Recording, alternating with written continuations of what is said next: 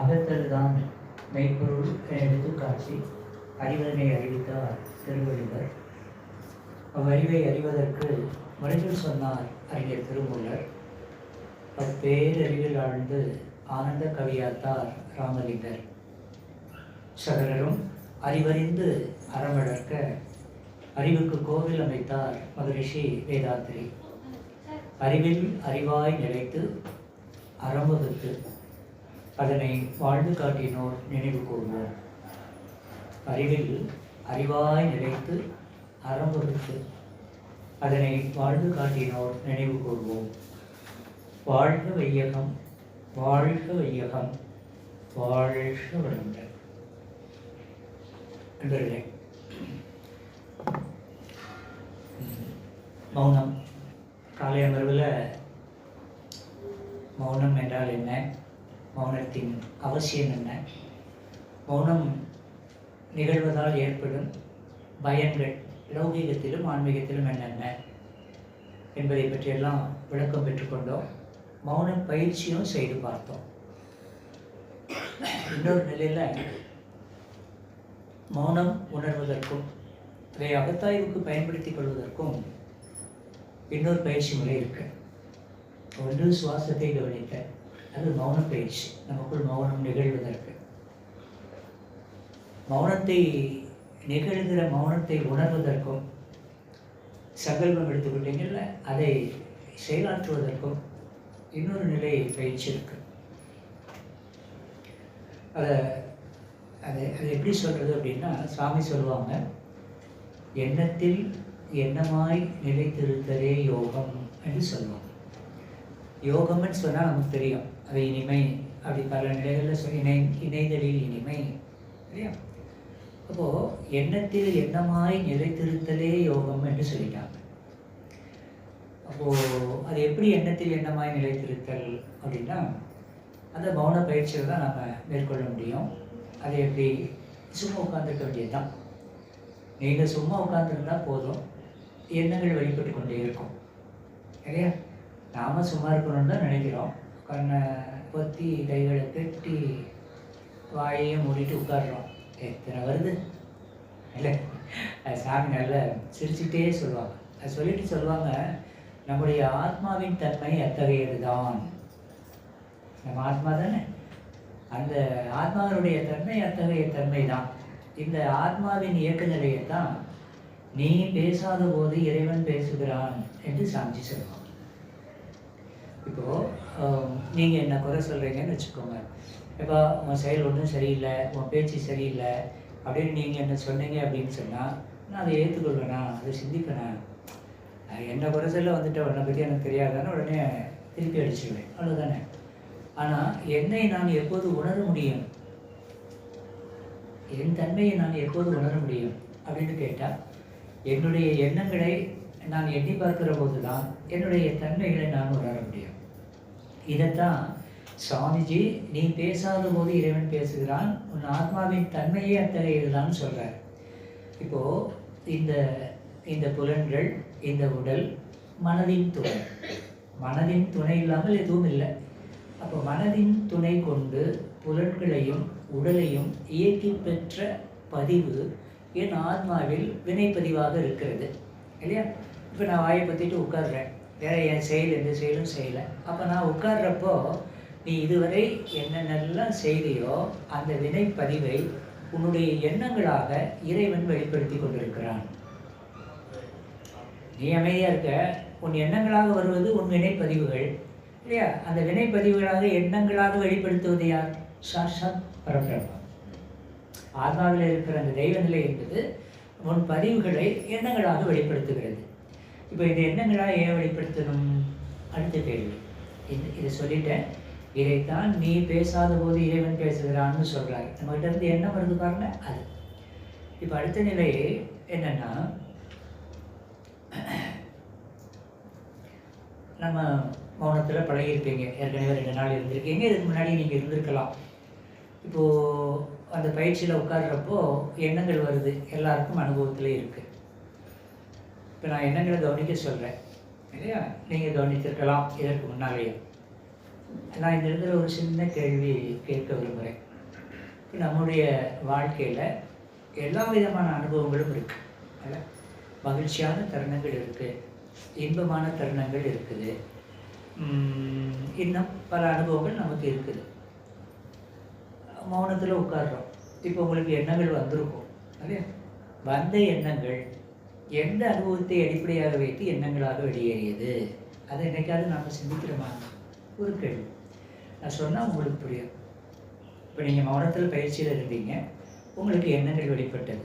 நான் என்ன கேட்குறேன், நம்ம வாழ்க்கையில் எத்தனையோ மகிழ்ச்சியான இன்பமான தருணங்கள் இருக்குது இல்லையா? நல்ல படித்த தருணங்கள், நல்ல மார்க் எடுத்த தருணங்கள், வேலை வாய்ப்பு கிடைச்சது, சம்பளம் பெற்றுக்கொண்டது, திருமணம் செய்து கொண்டது, குழந்தை பெற்றுக்கொண்டது, இன்னும் எத்தனையோ இருக்க மகிழ்ச்சியான தருணங்கள் இல்லையா? அப்போ நாம் வாயை பற்றிட்டு மௌன பயிற்சி மேற்கொள்ளும் போது, எண்ணங்களை கவனிக்கும் போது வரக்கூடிய எண்ணங்களில் இந்த மகிழ்ச்சியான அனுபவங்கள் அதிகமாக உங்களிடத்திலிருந்து எண்ணமாக வருகிறதா, அல்ல நீங்கள் பட்ட அவமானங்களும் துக்கங்களும் துயரங்களும் எண்ணமாக வருகிறதா? ஒரு கேள்வியை கேட்பாரு. மகிழ்ச்சியான தருணங்கள் இருக்கதானே? அது எவ்வளவு வந்தது? வந்துதா?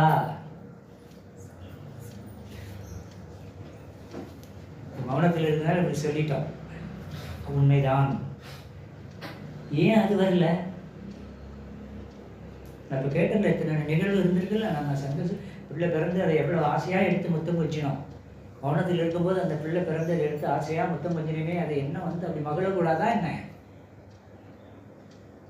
பட்ட அவமானங்களும் துயரங்களும், நீங்கள் பட்ட துக்கங்களும், பிறர் உங்களை அவமானப்படுத்தியதும், நீங்கள் போட்ட சண்டையும், அப்பா அவ்வளவும் இப்படி என்னமா வருதே, என்ன காரணம்? எல்லாம் பதிவு தானே, வினைப்பதிவுன்னு சொல்லிட்டோம். அதில் மகிழ்ச்சியும் இருக்குது, துக்கமும் இருக்குது. துக்கமே 99% வருது. இன்னும் பாருங்கள், எத்தனை குரு நாம் அடைஞ்சிருக்கிறோம், தியானம் கற்றுருக்கிறோம், சுவாமியை பார்த்தவங்களும் இருப்பீங்க. இல்லை இந்த மௌனத்திலேயாவது கற்பனையாக சுவாமியினுடைய வடிவம் வந்தது, அப்படியெல்லாம் வருதா? யாரும் நினைக்கக்கூடாதுன்னு நினைக்கிறோமோ அவன் தானே நினைக்கல வரான். சாமி வரவே மாட்டேங்கார. இங்கே உங்களுக்கு தெரிஞ்சது புறமணம், நடுமணம், ஆழ்மனம்னு இருக்கு. இதெல்லாம் பிரம்மஞானிகள் தான். இங்கே இந்த ஆழ்மனதில் உணர்வு மனம், உணர்வற்ற மனம்னு 2 பிரிவு இருக்கு. உங்களுடைய ஆழ்மனதில் உணர்வு மனம், உணர்வற்ற மனம்னு இருக்கு. அதாவது புதுசாக ஒன்று பழகுறீங்க.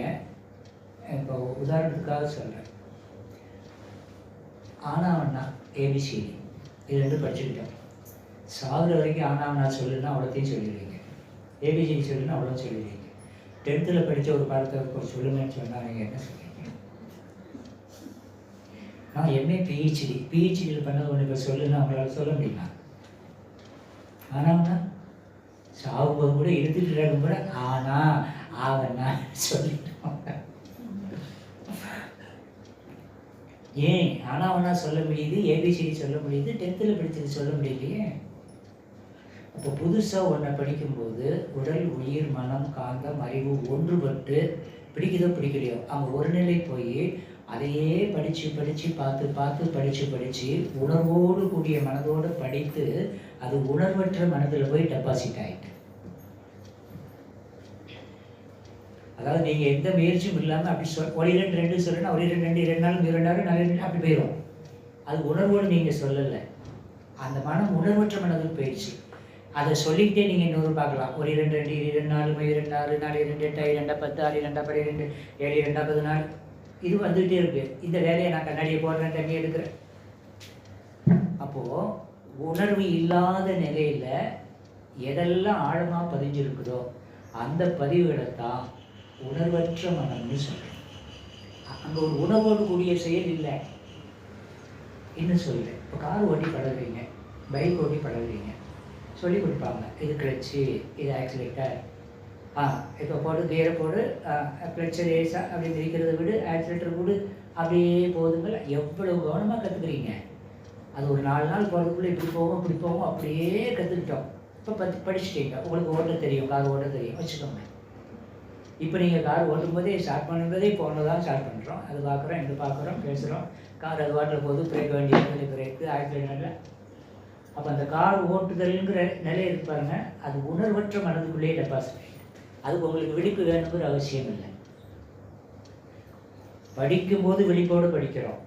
விழிப்போடு படித்து படித்து படித்து விழிப்பு இல்லாத நிலையிலே அது செயலாகும். அந்த நிலை செயலாகக்கூடியது தான் உணர்வற்ற மனதின் பிரதிபலிப்பு என்று ஞானிகள் சொல்கிறான். இப்போ அதே தான் நம்மகிட்ட மகிழ்ச்சி இருக்குது, விழிப்போடு நாம் மகிழ்ச்சியை அனுபவிச்சதே இல்லை. எல்லாம் அனுபவிச்சிருக்கீங்க. ஒரு விழிப்பு நிலையில் நீங்களாக இருந்து அதை அனுபவிச்சிருந்தா அது வந்திருக்கும். நீங்களாக இருந்து அதை அனுபவம் சொல்லவில்லை. நீங்களாக இருந்து எதை அனுபவிக்கிறீங்கன்னா, துக்கம் இருப்பாருங்க, துயரம் இருக்கிற போட்டு பாரு. அப்போ தேவையற்றதைத்தான் நீங்களாக இருந்து அதை அனுபவிக்கிறீங்க. ஏன்னு அவன் எனக்கு பிரச்சனை, நான் பட்டவாடு, அவன் எனக்கு செஞ்சுட்டான், நான் இது என்ன ஆகிட்டு இப்படி எண்ணினா அது உணர்வற்ற மனதில் இருக்கு. நீ கண்ணை மூடி வாயை பற்றி உட்கார்ந்தேன்னா அது போகும். இந்தா நீ எதை கொடுத்துருக்கியோ அதைத்தான் அது திருப்பி கொடுக்கும். இந்தா வச்சுக்கோ. இப்போ அதை நான் பார்க்கிற போது தான் நான் எவ்வாறு என் மனம் இயங்கி கொண்டிருக்கிறதுங்கிறதையே உணர முடியும், எண்ண முடியாது. இது பழக்கத்தில் இருக்கும். எப்போ வரைக்கும்? உயிர் வர வரைக்கும் மாற்றம் இருக்கு. அதனால தான் சுவாமி சொல்றாரு, எண்ணத்தில் எண்ணமாய் நிலைத்திருத்தலே யோகம். நல்லதை விரும்பி எண்ணுன்னு சாமி சொல்லுவாங்க. ஒவ்வொன்றுலையும் விஷயம் இருக்குப்பா. நல்லதை விரும்பி எண்ணுங்கிறாரு. நீ கெட்டதை விரும்ப வேண்டாம், அது தன்னால வரும். பயத்தை நீ விரும்ப வேண்டாம், தன்னால வரும். ஆனா நம்ம மனம் விரும்புங்க, எப்பா எப்பா சரி குப்பை குப்பை குப்பை கேவலம். அது பார்த்தாலே பாசிட்டிவே நெகட்டிவாக பார்ப்போம் தெரியுமா? நான் ஒன்றும் பல இடங்களில் போகிறதுனால பல அன்பர்கள் கேட்பாங்க. ஒவ்வொரு கேள்வியும் சிந்தனையை பயன்படுத்தக்கூடியதாக தான் இருக்கும். அதான் அந்த பேராசிரியர்களும் அவங்க டக்குன்னு அந்த தெரிஞ்சதை சொல்லிட்டு போயிடுறாங்க. சில இடங்கள் அது பிழையாக போகுது. தத்துவம் சத்து கெட்டு போகக்கூடாது, தத்துவ சத்து கெட்டு போகக்கூடாது. இப்போ எனக்கு தெரியுது அப்படின்னா நான் சொல்லலாம். எனக்கு தெரியலன்னா நீங்கள் ஒரு கேள்வி கேட்குறீங்க, எனக்கு தெரியலன்னு வச்சுக்கோங்க. எனக்கு தெரியலேன்னு சொல்கிறது தான் உத்தமம். எனக்கு தெரிஞ்சதை நான் சொல்லக்கூடாது. நீங்களாம் ஆசிரியராக போகிறீங்க, சர்டிஃபிகேட்லாம் வாங்கிட்டீங்க, அனுபவத்தை வச்சுக்கோங்க. வர்றவங்க நம்மளோட மேம்பட்டவங்களாக இருக்கலாம். அப்போ அவங்க ஒரு கேள்வி கேட்குறாங்கன்னா அந்த கேள்விக்கான ஆன்சர் எனக்கு தெரியும்னா நான் சொல்லணும். எனக்கு தெரியாதுன்னா நீ நல்ல கேள்விங்க, நான் அதை சிந்திக்கலை, எனக்கு தெரியல, நான் சிந்தித்து சொல்கிறேன், இல்லை பெரியவங்ககிட்ட கேட்டு சொல்கிறேன், அப்படி சொல்வது தான் சிறப்பு. அது இல்லாமல் நான் பேராசிரியர் இந்த இடத்துக்கு வந்துட்டதுனால அவர் கேட்டுட்டா நான் சொல்லலைன்னா அவர் என்னமோ நினைப்பாரோன்னு உங்களுக்கு தெரிஞ்சது சொல்லக்கூடாது. அப்படி பலர் சொல்லிடுறாங்க. அது சொல்லி நம்ம போகும்போது பார்த்திங்கன்னா இப்படி சொன்னாங்க அப்படின்னு வருது. இப்போ நாம் அதை மாற்றி சொன்னோம்னா அந்த ஆசிரியர் ஒன்று சொன்னார், இந்த ஆசிரியர் ஒன்று சொன்னார். அதனால தான் இன்றைக்கி ஆரம்பிக்கும் போதே சொன்னேன், வர்றவங்க ஒவ்வொருத்தரும் ஒவ்வொன்றும் சொல்லுவோம். அவர் வெங்கட்ராமன் இப்படி சொன்னார், இவர் இப்படி சொன்னாருன்னு அதை ஒப்பிடாதீங்க. அவர் சொன்னதை நீங்கள் செய்யுங்க, நான் சொன்னதை நீங்கள் செய்யுங்க. அப்போ தான் உங்களுக்கு அமைதி கிட்டும். இப்போ நான் சொல்கிறது இந்த உணர்வற்ற மனம்னு நம்மளை விரும்பியே என்ன செய்யறோம்னா அதில் வச்சுருக்கோம் கெட்டதை. அதனால தான் சாமி சொல்கிறாரு, நல்லதை விரும்பி எண்ணு. உனக்கு நல்லது விரும்ப தெரியாது, நல்லது இயல்புலேயும் இல்லை. இப்போ இந்த தன்மையில் தான் ஒரு புரிதலுக்காக உங்களுக்கு சொல்கிறேன். அருட்காப்பு சாமிஜி கொடுத்துருக்காங்க, பாதுகாப்பு அரண், அருட்காப்புன்னே அதுக்கு பேர். அது ஒரு பெரிய பாசிட்டிவ் எனர்ஜி. அது அருட்காப்பு இருப்பாருங்க, நேர்மறை சக்தி. அது ஒரு பாதுகாப்பு வளையம். அது அவர் கொடுத்துருக்கிறாரு. அந்த வார்த்தைகள் எல்லாம் ஞானி கொடுத்தது இல்லையா? அப்போ அதுக்கு பவர் என்ன இருக்கும்? இப்போ அது அவ்வளோ பெரிய பாசிட்டிவ். இப்போ ஒரு ஆளுக்கு நம்ம சாதாரண நிலையில் இருக்கிறவங்க ஒரு அருட்காப்பு போடுறோன்னு வச்சுக்கோங்க, அதை பாசிட்டிவாகவே போடுறது எத்தனை பேர் இருப்பாங்கன்னு நினைக்கிறீங்க? அருட்காப்பு போடுறதே ஒரு பயத்தில் நெகட்டிவ்லேருந்து தான் போடுறேன். போறாரு இல்லை, பத்திரமா போயிட்டு வரணும், எதுவும் ஆயிடக்கூடாது. அருட்பேராற்றல். சரி,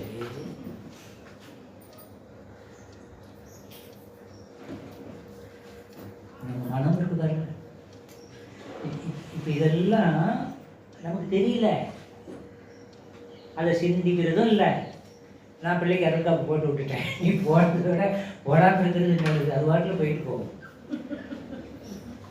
அது வாட்டில் போயிட்டு அது வாட்டில் வந்துடும். நீ உள்ளுக்குள்ள ஒரு மாதிரி நினைச்சுக்கிட்டு அது பேராற்றல், அது பேராற்றல்னா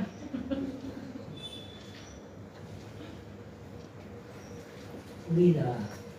அப்போ மனதின் இயக்க நிலையை குறித்து என் மனம் அறியாமல் எந்த பிரயோஜனமும் இல்லை. அப்போ மனதை நீ அறிய வேண்டுமானால் மௌனத்தை தவிர அதற்கு சிறந்த மார்க்கம் இல்லை. ஆகினால் எண்ணத்தில் எண்ணமாய் நிலைத்திருத்தலே யோகம். பார்க்கணும். அப்போ நீங்கள் பார்க்கணும் அப்படின்னா இது ஒரு சிறந்த பயிற்சி. என்ன சொல்கிறேன், மௌனமாக இருக்கிறதுனால அதைத்தான் சொல்லணும். இப்போ நான் சொன்னதெல்லாம் மௌனத்தில் விளைந்த அனுபவங்கள் தான். இப்போ சொல்கிறல்ல, எண்ணத்தை கவனிக்கணும்னு. நீங்களாக ஒரு எண்ணத்தை உருவாக்கவும் கூடாது, வருகிற எண்ணத்தோடு நீங்கள் பயணிக்கவும் கூடாது. உட்காரணும், எண்ணம் வரும், வரட்டும்.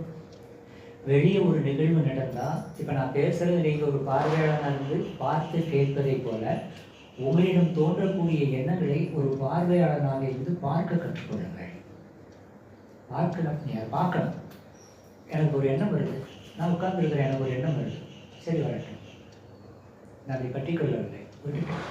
இப்போ இன்னும் நான் சொல்லலை, இது என் ஃபோனு, என்னுடைய ஃபோன், நான் வேறு, என் ஃபோன் வேறு, இது என்னுடைய சட்டை, நான் வேறு, என் சட்டை வேறு இல்லையா?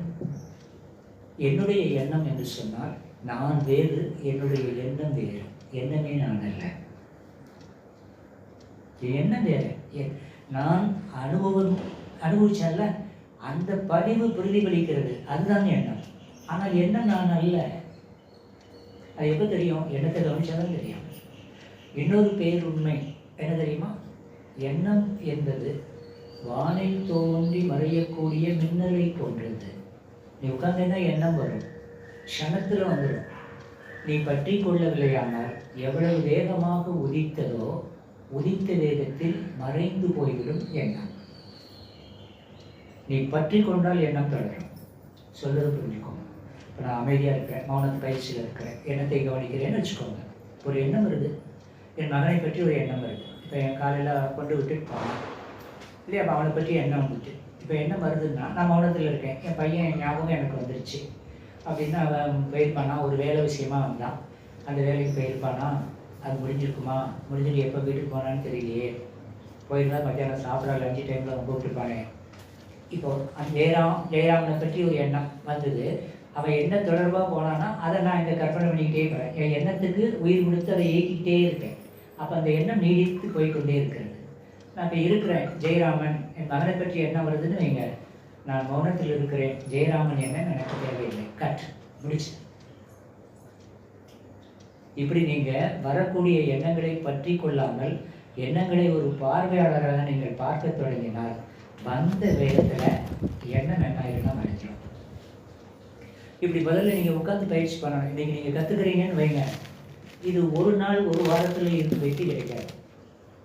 இது நீங்கள் ஒரு தொடர் பயிற்சியின் மூலம்தான் அந்த நிலையை நீங்கள் அடைய முடியும். அப்போ இப்போ தொடர்ந்து பார்க்குறோன்னு வச்சுக்கோங்க, நான் எல்லா இடத்துலையும் அனுபவத்தை தான் பகிர்ந்துக்கிறேன். அப்போ இருக்கிறோம், உட்காடுறோம்னா இன்றைக்கி நீங்கள் உட்காடுறீங்க, கடந்த 48 மணி நேரத்தில் உங்கள் உடலும் மனமும் எதில் தீவிர பற்றுதலோடு வினை ஆற்றியதோ அந்த மேலோங்கிய பதிவு முதல்ல வெளிப்படும். இன்றைக்கி உட்காடுறீங்கன்னு வைங்க, கடந்த 48 மணி நேரத்தில் உங்கள் மனம் உடல் எதில் தீவிர ஈடுபாடு கொண்டதோ அதில் பதிஞ்ச பதிவு இருக்கு பாருங்க, அதுதான் முதல்ல வரும், அது வெளிப்படும். நான் அதை பிடிக்கல, விட்டுருவேன், நான் மௌனத்தில் இருக்கேன், அது வேண்டாம், விட்டுட்டேன். அப்புறம் ஒரு 20 நாளைக்கு முன்னாடி வந்தது வரும், அதெல்லாம் பிடிக்கலை, விட்டுட்டேன். பிறகு ஒரு 2 வருஷத்துக்கு முன்னாடி அது ஏதாவது ஒரு எண்ணம் வரும், அது நல்லதாக வந்தால் பரவாயில்ல, அதுக்குள்ளே நான் போகலை. 2 வருஷத்துக்கு முன்னாடி வருது, அதை விட்டுட்டேன். 10 வருஷத்துக்கு முன்னாடி உள்ளது வரும், ஒரு 10 வயசில் செஞ்சது ஞாபகத்துக்கு வரும். எவ்வளவு தான் வரும்? நான் உட்காந்துக்கிட்டே இருக்கேன், வர்றதை பூரா விடுறேன். அவளை விட்டுட்டா இந்த எண்ணங்கள் உதிக்குது பாருங்க, அது இல்லாமல் போகும். ஆரம்பத்தில் எப்படி இருக்கும்னா, ஒரு எண்ணம் வரும், நான் பிடிக்கலை, பற்றி கொள்ளலை, விட்டுட்டேன். அடுத்த எண்ணம் ஒரு 2-3 செகண்டில் வந்துடும். அதையும் பிடிக்கலை, பிறகு ஒரு 2-3 செகண்ட். இப்படியே உட்காந்து பழக அந்த 3 செகண்டுங்கிறது 10 செகண்டாக மாறும். 10 செகண்டுங்கிறது 15 செகண்டாக மாறும். 15ங்கிறது ஒரு 30 செகண்டாக மாறும். அப்போ ஒரு அரை நிமிடம் எண்ணமற்ற நிலை இருக்கும். இது தொடர்ந்து பயிற்சியில் தான் வரும். இது நீங்கள் ப்ராக்டிஸ் வச்சுக்கிறதுலாம் இருக்கு. இப்படி பழகிட்டீங்கன்னு வைங்க, மௌனம் சாத்தியம். இப்போ இன்னொன்று சொல்கிறேன், ஒரு எண்ணம் இருக்குது, இன்னொரு எண்ணம் வரப்போகுது. இப்போ 2 எண்ணங்களுக்கு இடையில் இருப்பது எது? எண்ணமற்ற நிலை. ஒரு எண்ணம் வருதுப்பா, நீங்கள் அதை பிடிக்கிற விட்டுட்டீங்க, கொஞ்சம் நேரம் கழித்து அடுத்த எண்ணம் வருது. அப்போ 2 எண்ணங்களுக்கு இடையிலே இருப்பது என்ன? எண்ணமற்ற நிலை. எண்ணமற்ற நிலை, இடைவெளி. அந்த இடைவெளி தான் இதை பார்க்கணும், இதை நீ கவனிக்கணும். அங்க உனக்கு கிடைப்பது தான் அமைதி உணர்வு. இன்னும் சொல்கிறேன், ஏன்னா இது சாமியிலிருந்து கற்றுக்கொண்டது. நீங்கள் என்னை தப்பாக நினச்சா நினச்சிக்கோங்க, அனுபவத்தை தான் நான் பேசுகிறேன். யாருக்கும் கோபம் வந்தால் கூட கோபப்பட்டுக்கோங்க. இப்போ 30 வருஷமாக தான் இந்த வெங்கட்ராமன், 40 வயசு வரைக்கும் பயங்கரமான வெங்கட்ராமன் இல்லையா? மோசமான பழக்கங்கள் ஒன்றும் இல்லைங்க, சராசரியான ஒரு இல்லை. என்கிட்ட இருந்தது ஒரு பெரிய, அதை நான் இப்போ கெட்ட பழக்கம்னு சொல்ல மாட்டேன். எனக்கு வாலிப வயசுலேருந்து, டீனேஜிலேருந்து எனக்கு ரொம்ப ரொம்ப பிடித்தமான ஆள் எம்ஜிஆர். எம்ஜிஆர் தான் எனக்கு உயிர், அவர் தான் எனக்கு அண்ணன். என் கல்யாணமே எம்ஜிஆர் வச்சு நடத்தணும்னு தான் நான் முடிவு பண்ணேன். ஆமாம், எனக்கும் அவருக்கும் தொடர்பு உண்டானா, பிற்காலத்தில் தொடர்பும் இருந்தது. என்னை 2-3 பதவிகள் கூட அவர் நியமனம் பண்ணார் எம்ஜிஆர். இப்போ என் கல்யாணத்தை அவர் வச்சு நான் நடத்தணும்னு நினச்சேன். ஆனால் அமைச்சர்களை வச்சு தான் என் கல்யாணம் நடந்தது. அமைச்சர்களை அனுப்பி வச்சார். அப்போ அவர் மேலே எவ்வளோ பிரியமாக இருந்திருப்பேன்னு பார்த்துக்கோங்க. அவ்வளோ பிரியம் அவர் மேலே. அவர் தான் எனக்கு அண்ணன். அரசியல் கட்சி ஆரம்பிக்கிறதுக்கு முன்னாடி அவர் எனக்கு அண்ணன். எம்ஜிஆர் அண்ணன்னா அண்ணியாருன்னு சரவே தெரியுதான், அவ்வளோதானே. அப்போ டீனேஜில் அண்ணன், அவர் அண்ணன்னா சரஜேரி தான் அண்ணி. இதெல்லாம் கடந்து வந்தாச்சு. எம்ஜிஆர்லாம் காலமாயிட்டாரு, நான் மண்டபத்துக்குள்ளே வந்துட்டேன், சாமியோட தொடர்பு வந்தாச்சு. 30 நாள் மௌனம் ஆடியாரில் இருக்கேன், சாமி இருக்காங்க. 3-4 நாள் கழிச்சு இப்படி ஒவ்வொரு, இப்போ இந்த அனுபவத்தை தான் உங்கள்கிட்ட சொல்கிறேன். அது வரும் அது வரும்னு சொல்ல மாட்டேன். 4வது நாள் போகும்போது பார்த்தா எனக்கு நான் ஒன்றுமே நினைக்கிறது இல்லை, கண்ணை மூடி தான் மௌனத்தில் உட்காந்துருக்கிறேன். இப்போ இந்த அறிவரங்கன்னு வச்சுருக்காங்கல்ல, அப்போ அதில் ஒரு ஷெட்டு போட்டு தான் இருக்கும், அதில் தான் உட்காந்துருப்போம், மௌனத்தில் உட்காந்துருப்போம். சாயங்காலம் வந்து சாமி பேசுவாங்க, அது வரைக்கும் நாங்கள் மௌனமாக அப்படி உட்காந்துருக்கேம்மா. 4வது நாள் எங்கேருந்து தான் அது அங்கே இப்போ தெரியுது எங்கேருந்து வருதுன்னு. அப்போ பார்த்தீங்கன்னா, மானல்லவோ கண்கள் தந்தது, மயிலவோ சாயல் தந்தது. இந்த பாட்டு அப்படியே கண்ணை மூடி மௌனத்தில் உட்காந்துருக்கேன். எம்ஜிஆர் ஜெயலலிதையும் பாடிட்டு ஆடுற பாட்டு அப்படியே காட்சியாக இருக்குது. எனக்கு வெக்கமாக இருக்குது. அப்படி சாமி இருக்காரு, தமிழுக்கு மௌனத்தில் இருக்கும். என்ன இப்படி தியானம் கற்றுக்கிட்டு மௌனத்தில் உட்காந்துருக்கேன்னு அப்படின்னா எனக்கு குழப்பமாகிடுச்சு. அப்போது சாமிகிட்ட தானே கேட்க முடியும். அது வந்து ஒரு எண்ணம், அது ஒரு கண்ணை முடிச்சுட்டு, இப்போ எம்ஜிஆர் நம்மளை எவ்வளோ கடிச்சு வச்சுருக்காரு, அது இப்போ வந்த பிறகு அது இப்படி வருது, இவ்வளோ ஆழமாக அது இருந்திருக்கு அப்படின்னு நினச்சிட்டு சாமி தான் இதுக்கு தீர்வு சொல்லணும்னு விட்டுட்டேன். சாமி இப்போ ஈவினிங் டைம் வந்து ஒரு 1/2 மணி நேரம் பேசுவாங்க. அப்போது பேசும்போது சொன்னாங்க, பல நிலைகள் விளக்கம் கொடுத்துட்டு, சில ஆழமான வலுவான தேவையற்ற பதிவுகள் உங்களிடமிருந்து வெளியேறி விடுவதும் மௌன காலத்தில் நடப்பதுண்டு. சாமி எழுப்பி விடுவார். நம்மளை அறியாமலே மிக வலுவான பதிவு வச்சிருப்போமல்ல, அது தேவையற்ற பதிவாக இருக்கும். அது கூட நீ தொடர் மௌனம் இருக்கும்போது உன்னிடமிருந்து என்ன வெளியே போயிடும். அவர் சொன்னது சத்தியம். அதற்கப்புறம் 20 ஆண்டுகளுக்கு மேலே நான் மௌனம் இருக்கிறேன். ஒரு தடவை கூட என் எண்ணத்தில் எம்ஜிஆர் வந்ததில்லை. அப்போ ஆழியார்லேருந்து எம்ஜிஆர் ஜெயலலிதா என்கிட்ட என்ன செஞ்சிட்டாங்க, போயிட்டாங்க, இந்த பதிவுலேருந்து போயிட்டாங்க. அப்போ அவர் சொன்னது நமக்கு அனுபவமாக இருக்குது. அது மாதிரி நீங்கள் மௌனம் இருக்கும்போதும் தேவையில்லாமல், நான் எம்ஜிஆர் வச்ச மாதிரி நீங்கள் எதெல்லாம் வச்சுருக்கீங்களோ எனக்கு தெரியாது, எத்தனை வச்சுருக்கீங்களோ எனக்கு தெரியாது.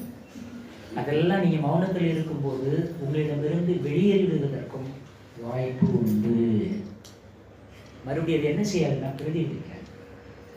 அப்போ இந்த எண்ணத்தை கவனிப்பதன் மூலம் எண்ணங்கள் அற்று போகிற நிலையும் வரும், எண்ணங்கள் குறைந்து கொண்டு போகும், எண்ணங்கள் அற்று போகும்.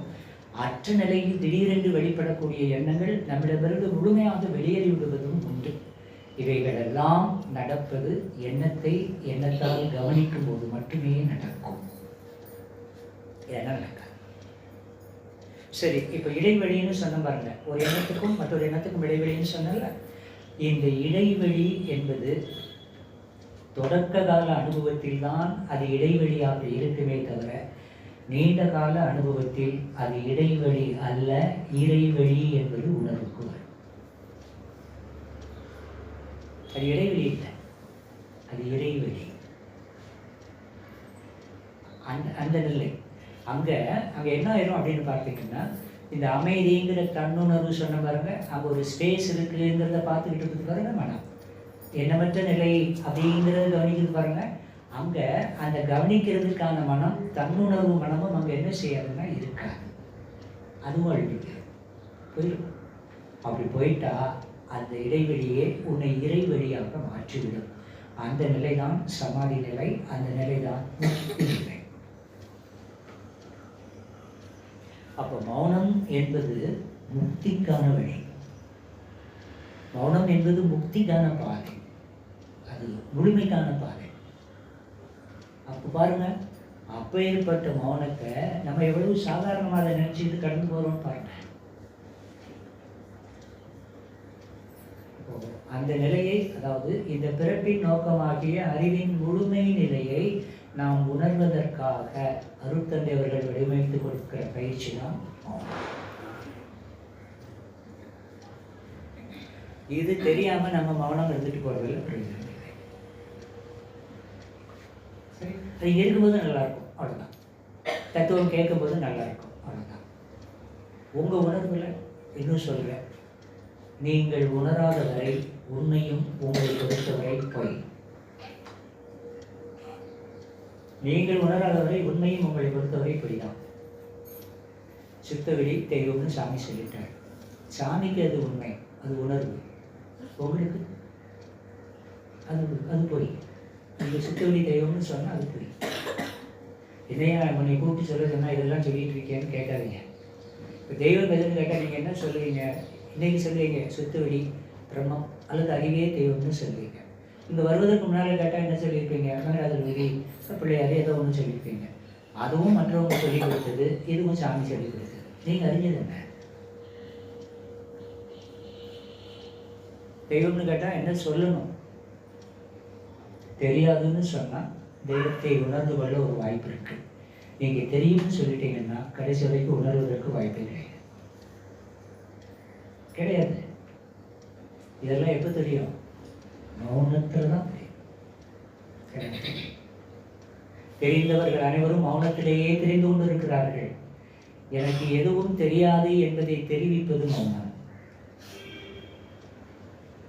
எல்லாம் தெரியும் என்று சொன்னால் அது ஆணவம்.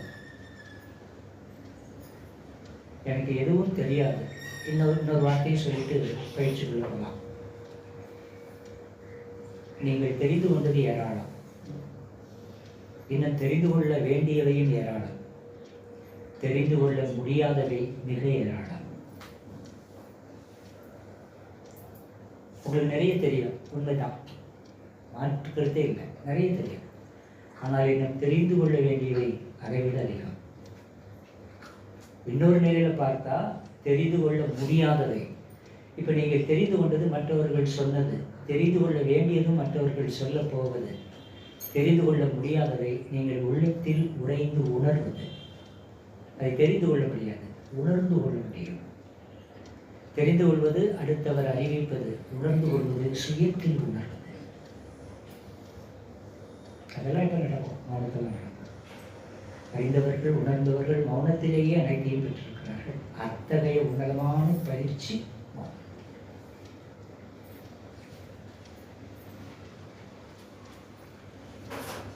சரி, இப்போ மௌனம் அவசியமான உங்களை கேட்டுக்கிட்டு எண்ணத்தை கவனிக்க போகலாமா? எண்ணத்தை கவனிக்கின்ற கூடாது, எண்ணத்தை கவனித்த சரியா? எல்லாத்தையும் விட்டுருங்க. வீட்டுக்காரர் அவர் பாட்டில் இருப்பார். போட்டு குழப்பங்க. கொஞ்ச நேரம் நீங்கள் நிம்மதியாக இருங்க. ஏன்னா அதனால் எல்லாத்தையும் விட்டுட்டு உங்கள் பாட்டில் உட்காருங்க. சும்மா உட்காருங்க. வரட்டும். எண்ணத்தில் வருவார். அதனால தான் நீங்கள் வீட்டுக்காரரை விட்டுருங்க. என்ன இப்போ உட்காந்தா வரப்போகிறது யார் வர போகிறா? முதல்ல அவர் தான் வருவார். எத்தனை வயசானாலும் வருவார்.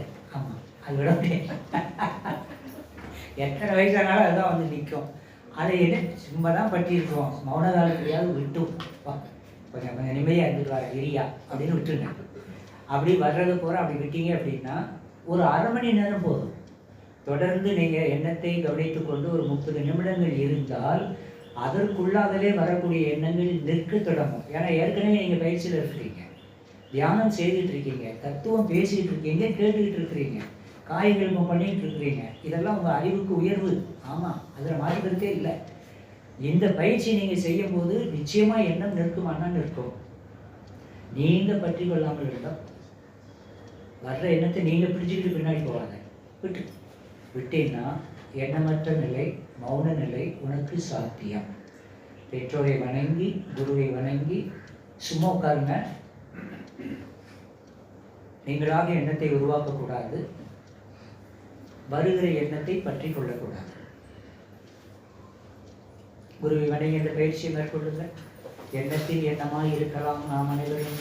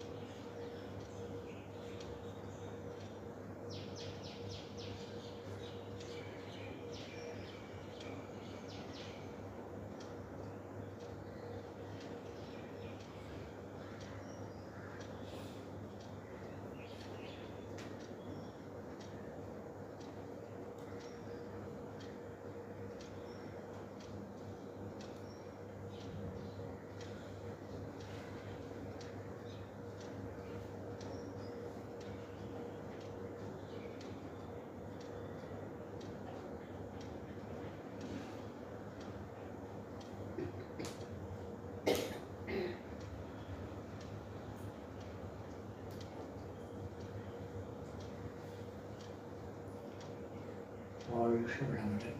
அருட்பேராற்றல் கருணையினால் உடல் நலம், நீள் ஆயுள், நிறை செல்வம், உயர் புகழ், மெய்ஞானம் ஓங்கி வாழ்வோம். நாம் எனது வாழ்நாளில் யாருடைய உடலுக்கும் மனதுக்கும் துன்பம் தரமாட்டேன். துன்பப்படும் உயிர்களுக்கு என்னால் முடிந்த உதவிகளை செய்வேன். வாழ்க வையகம், வாழ்க வையகம், வாழ்க வளமுடன். நம் மனதில் அமைதி நிலவட்டும். நம்மை சுற்றிலும் அமைதி நிலவட்டும். உலகம் முழுவதிலும் அமைதி நிலவட்டும். அமைதி, அமைதி, அமைதி.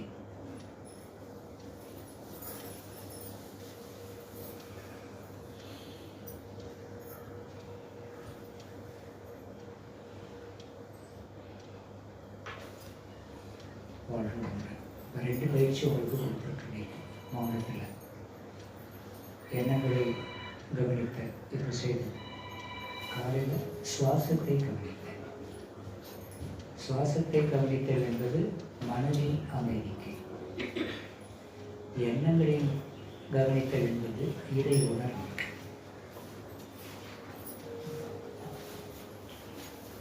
ரெண்டும் பயிற்சி தான், விளைவுகள் வேறு. வினை ஒன்றே, விளைவுகள் பல பல. அதே சாமி சொல்லியிருக்காங்க. ஒரு விளக்கம் சொன்ன பாருங்க. இதை சாமியோட கவிதை சொல்லுவாங்க. மௌனத்தில் வாய்மூட எண்ணங்கள் தோன்றும், முனைந்தவன் யார், முடிவு எங்கே, நான் நன்றி பிற அங்கு இல்லை, மௌனம் தெரிந்ததனால் எண்ணமாயிற்று, மௌனமும் பின் எண்ணமுமாய் மாறி மாற, முன்னதுமே பின்னது உயிரென விளங்கும், மௌனலகம் கற்றாற்றி தன்முனைப்பை ஒழிப்பே என்று சொல்கிறார்.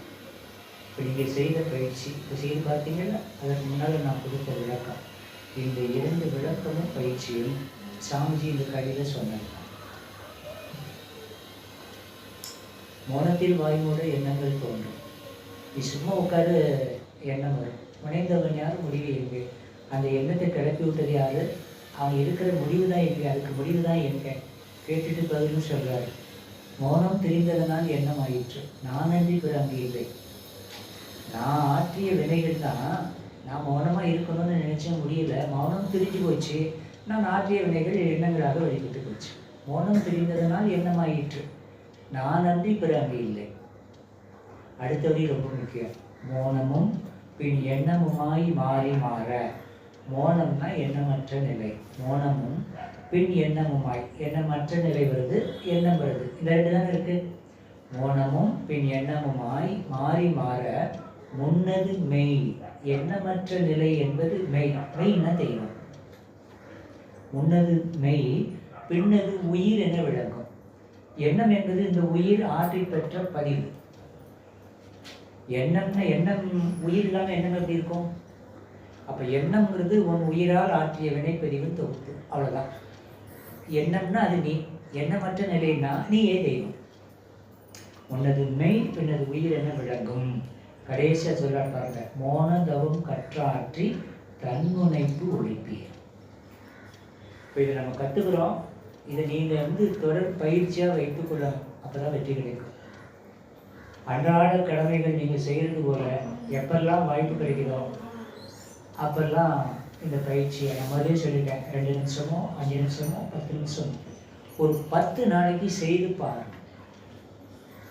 இங்கே இல்லை, இங்கே வர்றது நடக்குது. இதெல்லாம் முடிஞ்ச பிறகு ஒரு 10 நாள் கண்டினியூவாக வீட்டில் இருக்கிற பிறகு இப்போ செய்யலாம். தீவிர முயற்சி, தொடர் பயிற்சி இல்லாமல் வெற்றி சாத்தியமில்லை. பயிற்சி செய்துட்டீங்கன்னா உங்கள் அனுபவத்தை யாராலும் தடுக்க முடியாது. பயிற்சி செஞ்சிட்டீங்கன்னு வைங்க, விளைவு அனுபவம் வந்துட்டு. அதனால் உங்களை நம்புங்க, உங்களை நீங்கள் நம்பணும். நம்மளாலெல்லாம் இது முடியாதுன்னா முடியாது, என்னால் இது முடியும்னா முடியும். உங்கள் மனம்தான் அதுக்கும். சரியா? இப்போது இந்த 2 பயிற்சி கொடுத்தாச்சு, வச்சுக்கோங்க. நிறைவாக ஒன்று சொல்லிட்டு முடிக்கிறேன். காலம் நேரம் போயிட்டே இருக்கு. இப்போது இந்த இறைவழி அப்படின்னு சொல்கிறோம்ல, அது தானாகவே அது உணருதுன்னு சொல்கிறோம்ல. அறிவு அந்த வேலையை செய்யும். வேலையை செஞ்சு அடங்கி போயிடும். இப்போது நம்ம சாப்பிட்றோம், சாமி சொன்னதே உங்களுக்கு சொல்கிறோம், சாப்பிட்றோம், 7 தாதுக்களை மாற்றுறதுக்கு நாம் எதாவது செய்கிறோமா? ரசம் ரத்தம் தசை இப்படிலாம் சொல்லி எல்லாம் இப்போ கழிவு இல்லையா? நம்மளால் ஒன்றும் செய்ய முடியாது. நான் 2-3 கேள்வி கேட்குறேன், சரி பார்த்தா சிரிச்சுக்கணும். 1 பாத்ரூம் போனீங்களா? 2 பாத்ரூம் போனீங்களா? வந்துதான் வந்ததுனால போனீங்களா? பொண்ணுக்கு போனேன், கொல்லைக்கு போனேன்னு சொல்லிகிட்டு இருக்கோம். பொண்ணுக்கு வந்தது அதனால போனோம், கொல்லைக்கு போகிறதுக்கு வந்தது அதனால போனோம். அது வரலைன்னா நீங்கள் டாக்டர்கிட்ட போயிருப்பீங்க. பொண்ணுக்கும் போகல, கொல்லைக்கும் போகலன்னு வீட்டில் திரும்ப முடியாது. அப்போ ஒன்றுக்கு போகிறது கூட நம்மளால செய்ய முடியாது. அது தானாக போனால் தான் வந்து இல்லைன்னா ஊசி போட்டு தண்ணி வச்சு இப்படி கூடி எடுத்துகிட்டு இருப்பான். நம்ம பாருங்கள், அறிவு எவ்வளோ பெரிய வேலையை செய்துட்டு இருக்குன்னு பாருங்கள். நமக்கு அதெல்லாம் இயல்பாக நடந்துகிட்டே இருக்கிற வரைக்கும் நம்ம அதை பற்றி யோசிக்கிறதே இல்லை. தானாக நடந்துகிட்டு இருக்கு, அது என்னமோ நடக்கு, நான் நினைக்கிறத செய்கிறோன்னு செய்துட்டு போகிறோம். ஆன்மீகத்தில் முன்னேற்றம் வேணும்னா கொஞ்சம் உடலை பற்றி அறிவு வேணும். நான் டைமில் அதனால் குறைச்சி சொல்வேன். 2 நிலையை பார்த்துக்கோங்க. 1, நுரையீரலில் சளி கட்டக்கூடாது, உடலில் மலம் தேங்கக்கூடாது. இது 2ம் வாழ்க்கைக்கு நல்லதில்லை, ஆன்மீகத்துக்கும் நல்லதில்லை. நெஞ்சில் சளி கட்டவே கூடாது. நெஞ்சில் சளி கட்ட சுவாசம் குறைஞ்சி விட்டு போவோம். சுவாசம் குறைஞ்சி விட்டு போச்சுனாலே ஆக்சிஜன் போயிடும். ஆக்சிஜன் குறைஞ்சி போச்சுனாலே மூளை இயக்கம் பாதிச்சிடும், விருத்தி இருக்காது. நெஞ்சில் சளி கட்டாமல் பார்த்துட்டு ஒழுங்காக பயிற்சி செய்யும். அதே மாதிரி மலம் தேவைப்படாது. நம்மள 3 வேளை திங்கிறவங்கள காலையில் போகணுங்கள, வெளியே போகலன்னா நேரு நரம்பெல்லாம் பாதிக்கும். மலம் கட்டி போச்சுன்னா அதில் ஒரு கேஸ் ஃபார்ம் ஆகும். அது நரம்புக்குள்ளே போச்சுன்னா அவ்வளோதான். அதுதான் பக்கவாதம் தான் ஹார்ட் அட்டாக்கு. இன்னும் அந்த காற்று அபாமன் பிரெயின் செல்ஸை தாக்குச்சுன்னா மூளை செயலிழந்து போகும். ஆன்மீகம் அப்படி மூளை முக்கியமானது. நான் என்ன சொல்லியிருக்கேன் காலையிலேயே, உடல் செல்களும் மூளை செல்களும் பிரபஞ்ச ஆற்றலை இருக்கக்கூடியது. சளியும் மலமும் தேங்கி இருந்தால் போச்சு. அதனால் மலச்சிக்கல் இல்லாமல் பார்த்துக்கோங்க. மலச்சிக்கல் இருக்குதா, சாப்பாட்டில் கவனம் செலுத்துங்க. சென்னையில் இருக்கிறதுனால சொல்கிறேன், கொஞ்சம் வசதியாக இருப்பீங்கன்னு நான் நினைக்கிறேன். கண்ட கடியில் வாங்கி திங்காதேன்னு நான் சாப்பிடாதன்னு சொல்லலை, திங்காதேன்னு சொல்கிறேன். திங்காத. அது ஒரு சின்ன பிள்ளைன்னு கேட்குது, எனக்காவது ஒரு நாளைக்கு 2 நாளைக்கு வாங்கி கொடு. அதை சாப்பிட்டு வச்சு நீ வாயில் போடாத. அது செபிக்கலைன்னா போச்சு. அது சாமி சொல்வார், அளவோடு உண்டால் உணவை உடல் ஜீரணிக்கும், அளவுக்கு மீறினா உடலை சீரழித்து விடுவோம். உணவு போச்சு, உடல் கெட்டு போயிடும். 3 நாளைக்கு வெளியே போகலன்னு வச்சுக்கோ, உன் மனம் நல்லா இருக்காது. தியானம்லாம் ஒன்றும் பண்ண முடியாது. வெளியவே போகல. சரி, அப்போ என்ன சார் பண்ணுறது? நீ காயகல்பம் ஒழுங்காக பண்ணியிருந்தேன்னா கொலைக்கு போகிறது ஒழுங்காக போகும். காயகல்பம் நீ பண்ணலை அப்படின்னா, அதாவது சிக்கல் வருவதற்கு காரணம். இப்போ நாம் இதெல்லாம் படிச்சிருக்கிறோம்ல, காயகல்பம் நமக்கு தெரியுமில்ல. அப்போ இதை செய்யாமல் நீங்கள் விட்டீங்கன்னா மலச்சிக்கல் இருக்கிற ஆட்கள் இதை செய்யுங்க, கண்டினியூ பண்ணுங்கள். காயகல்பத்தை காலை மாலை உடல் இருந்தால் வாய்ப்பில் சாப்பிடும்போது அதெல்லாம் கவனமாக நீங்கள் செஞ்சுக்கிட்டே இருந்தால், அப்படியே ஒரு சின்ன சிக்கல் இருக்கா, எல்லா வேலையும் முடிச்சுட்டு படுக்கிறீங்களா, ராத்திரி ரிலாக்ஸாக படுத்துக்கிட்டு ஒரு 30-40 முறை அஸ்வினி முத்திரை போட்டுட்டு அப்படியே தூங்குது. காலையில் ஆய் வருதா, இது வரலையான்னு பாரு. வரும். ஒரு 40 தடவை அஸ்வினி முத்திரை போடும். காலையில் 2 மலமும் மூத்திரமும் போயிடணும். அடுத்தது என்னன்னு சொல்கிறேன், தபம் பண்ணுறீங்கன்னா நம்ம வீட்டுக்குள்ளே எத்தனை நெருக்கடிகள் இருக்குது, நம்ம அமைதி வேணும். ஒவ்வொருத்தர் மன அலையும் எப்படி இருக்குன்னு நமக்கு தெரியும். பிரம்மஞானி மன அலையே எப்படி இருக்குன்னு நம்ம இப்போ பார்க்கலாம். அப்போ சாதாரண மனிதனுடைய மனநிலை எப்படி இருக்கும்? அவனுடைய எண்ணங்கள் வீட்டுக்குள்ளே இருந்து தானே வெளியாகிட்டு இருக்கு. அந்த வீட்டுக்குள்ளே தான் நீங்கள் தவம் பண்ணணும். அந்த வீட்டுக்குள்ளே தான் எல்லாம் பண்ணணும், அந்த வீட்டுக்குள்ளே தான் தவமும் பண்ணணும். அப்போ தவம் பண்ணுறதுக்குன்னு ஒரு ஸ்பெசிஃபிக்காக ஒரு இடத்த தீர்மானம் பண்ண, அந்த இடத்துல வேறு எதையும் பண்ணலை. இதெல்லாம் தேவை. அந்த இடத்துலாம் நீ உட்காந்து தவம் பண்ணுங்க. உட்காரியா அதுக்குன்னு ஒரு பெட்ஷீட்டா அதை அதுக்கு மட்டும் பயன்படுத்தணும். ஒரே நேரத்தில் உட்காரியா உட்காரு. காலையில் 5:30க்கு உட்காருனா டெய்லி 5:30க்கு உட்காரு. 4 மணிக்கு உட்காந்தா டெய்லி 4 மணிக்கு உட்காரு. இல்லை 10:30 மணிக்கு தான் உட்காரியா டெய்லி 10:30 மணிக்கு உட்காரு. ஒரே குறிப்பிட்ட நேரம், ஒரே குறிப்பிட்ட இடம், ஒரே குறிப்பிட்ட துணி விரிப்பு, ஒரே தபம். துரியம்னா துரியம், துரியாதிதனா துரியாதிதான். இப்படி இந்த 4 நிலைகளில் அதை நீங்கள் கண்டினியூவாக ஃபாலோ. நான் உட்கார்ந்து என்ன சொல்கிறேங்க, நான் அமர்ந்துள்ள இடத்தை சுற்றிலும் நல்ல தெய்வீக ஆற்றலே நிரம்பினேன். வீட்டுக்குள்ளே அசுபம் இருக்குது, சுபம் இல்லை. அப்போ அதை நாம் கிளியர் பண்ணணும். நீங்களே கிளியர் பண்ணிக்கிறீங்க உங்கள் வீட்டை. அப்போ தொடர்ந்து ஒரே இடத்துல உட்காந்து அதை கிளியர் பண்ண பண்ண பண்ண பண்ண நெகட்டிவ் வியூஸ் போயிடும். எல்லோரும் நம்ம ஒவ்வொருத்தரும் ஒவ்வொரு மாதிரி நினச்சிட்டு இருக்கோம். ஒவ்வொரு உறவுகளும் ஒவ்வொரு மாதிரி தானே பேசுகிறோம். அது உங்களுக்கு தெரியுமா தெரியாத தெரியல. நான் அதை சொல்கிறேன், அந்த தேவை பற்றி சொல்லணுங்கிறது தான் சொல்கிறேன். ஒரு பெரிய பேராசிரியர், கணவன் மனைவியாக இருக்காங்க. அந்த அம்மாவுக்கு அந்த பேராசிரியரை பிடிக்கவே பிடிக்காது. புருஷன் தான் பிடிக்காது. எப்போ பார்த்தாலும் சாமி சாமின்னு போயிட்டே இருக்க, நீ அப்படி இருக்க இப்படி இருக்கன்னு அந்த அம்மா கண்ட மனித ஒரு திட்டுது. இந்த அம்மா அந்த பேராசிரியரை திட்டிகிட்டு இருக்கும்போதே சாமி பேராசிரியர் வீட்டுக்கு வராரு. நடந்த நிகழ்வு. அப்போ வரும்போது தூரத்துலேருந்து பேராசிரியர் பார்த்துட்டாரு. எடி சாமி வராது, அவர் வந்துட்டு போகிற வரைக்காவது நல்லா இருக்க சும்மாரு, அவர் வந்துட்டு போன போல நீ பேசு அப்படின்னு அவளை அடைக்க வச்சுட்டார். சாமி உள்ளே வந்துட்டார். அந்த உடனே வாழ உள்ள சாமி வாங்க வாங்க உட்காருங்கன்னு சாமி உட்கார வச்சுருக்காங்க. சாமி உட்கார்ந்த உடனே கேட்டு கேள்வி, இப்போ தான் சண்டையை நிறுத்தினீங்களான்னு கேட்டிருக்காரு. வேதாத்திரி மகிழ்ச்சி அவர்கிட்ட கேட்டது, இப்போ தான் சண்டையை நிப்பாட்டினீங்களா அப்படின்னு. இந்த அம்மாவுக்கு ஆச்சரியமாக போச்சான். சாமி நீங்கள் அங்கே வரும்போதே நாங்கள் நிப்பாட்டிட்டேமே, உங்களுக்கு எப்படி தெரியுது அப்படின்னு அந்த அம்மா கேட்டாங்க. நீங்கள் பேசின அலைகள்லாம் இந்த பாத்திர மண்டங்களில் தான் போய் இருக்குது. நீங்கள் நிப்பாட்டினோடனே அதிலிருந்து தலை பூரா என்கிட்ட நீங்கள் என்ன பண்ணினீங்கன்னு சொல்லுதுன்னாரு. எவ்வளோ பெரிய ஆழமான நிலை பாருங்க. அப்போ நம்ம வீட்டுக்குள்ளே பேசுகிற பேச்செல்லாம் வம்பா போகாது. எதுக்கு ஓயாமல் டிவி பார்க்குறதுன்னு சொல்கிறோம். டிவியில் திருப்பினா அவ்வளோ என்ன, நீங்கள் எல்லாம் ஆன்மீகமாக பார்த்துட்டு இருக்கிய, காலையிலேருந்து சாயங்காலம் வரைக்கும் நாடகம். ஒரு நல்லது இருக்கா? உன்னை விட மாட்டேன், உன்னை படித்துருவேன், அவளை பார்த்துருவேன், அவளை படிச்சிருவேன், அவளை கூட பண்ணிடுவேன். இப்போ யாருக்கும் ஒரு மாப்பிள்ளை இல்லை. டிவியில் வேணாயே வர்றது கூட 2-3 மாப்பிள்ளை கதையே வந்துடுது. இப்போ இது பூரா இந்த அலை பூரா இருந்தால் நமக்கு அந்த எண்ணம் வரும். நம்ம ஒரே அளவோட என்ன நம்ம சரி. நான் சிரிக்கிறதுக்காக சொல்லலை, நம்மளால செய்ய முடியுதோ எண்ணம் வந்துடும். அந்த எண்ணம் தானே மோதுது. இப்போ சொல்லும்போது சிரிக்கிறீல்ல, அப்போ ஏதோ ஒரு நினைப்பு உங்களுக்குள்ளே இருக்கு, அதான் சிரிப்பு வருது. இப்படி மனம் தாழ்மாறாக போகிறதுக்கு இந்த அலையக்கம் தான் காரணம். இந்த அலையை கொடுத்து உட்காந்து நீ தவம் பண்ண வேண்டியிருக்கு. அப்போ நீ ஒரே இடத்த செலக்ட் பண்ணணும். உட்காந்து நீ இட தூய்மை பண்ண. இட தூய்மை சாதாரண விஷயம் இல்லை. நாம் அமர்ந்துள்ள இடத்தை சுற்றிலும் நல்ல தெய்வீக ஆற்றலை நிரம்பினன்னு சொல்ல சொல்ல சொல்ல பாசிட்டிவ் எனர்ஜியில் தங்கும் அந்த இடத்துல இருக்கும். நான் பெருமைக்காக சொல்லலை. நான் வீட்டில் தவறு நடக்கணும்னு சொன்னேன் தெரியுமா, எத்தனை வருஷமாக பண்ணிக்கிட்டு இருக்கோம். பேராசிரியர் வந்தாங்கன்னா திருச்சி சுந்தராஜன் கொண்டு எல்லாம் நம்ம வீட்டுக்கு வந்திருக்காங்க. நம்ம வீட்டுக்குள்ளே வந்துட்டாங்கன்னா வந்து நின்ன உடனே உள்ளே வந்த உடனே வேறு எதுவும் பேச மாட்டாங்க, நின்றுவாங்க. நின்றுட்டு கேட்பாங்க, கொஞ்சம் தவம் பண்ணுற பேராசிரியராக இருந்தால் கேட்பாங்க, ஐயா தொடர்ந்து இந்த தவம் நடக்குதா?